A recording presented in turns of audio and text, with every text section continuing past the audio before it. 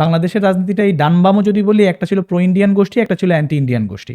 তো আওয়ামী লীগ হচ্ছে central left position নিয়ে প্রো ইন্ডিয়ান গোষ্ঠীর রিপ্রেজেন্টেটিভ ছিল। একইভাবে বিএনপি কিন্তু বেসিক্যালি অ্যান্টি আওয়ামী লীগ ভোটগুলাকে একটা ছাতার নিচে চলে আসে। এখন এই যে 5ই আগস্টের পরে বামরা কিন্তু বাংলাদেশে এখনো অ্যাক্টিভ আছে, জাতীয় পার্টিকে রাজনীতি করার সুযোগ দেওয়া হয়েছে। আমার কাছে মনে হয় যে ভবিষ্যৎ বাংলাদেশের রাজনীতি যেদিকে যাচ্ছে, বাম ডান, মানুষ আসলে এইগুলাকে ওইভাবে বিবেচনায় নিয়ে আসবে না। মানুষ বিবেচনায় নিয়ে আসবে হচ্ছে কোন দল মানুষের জন্য কি কাজ করছে। জামাত একটা রাইট উইং পার্টি ছিল, জামাতের ভিতরে লেফট শিফট দেখতে পাচ্ছি আমরা। জামাত যেন সেই বিএনপির সেন্টার রাইট পজিশনটা নেওয়ার চেষ্টা করছে, আবার বিএনপি যেন আরো লেফটে চলে যেতে চাচ্ছে। এরকম কিছু তোর মনে হয় কিনা? জামাতেরটা আমি যেটা বলবো, জামাত তার অবস্থান থেকে সরে নাই, এবং জামাত যেটা চাচ্ছে যে ন্যায় ও ইনসাফ, এই দুইটার উপরে জামাত বেশি জোর দিচ্ছে।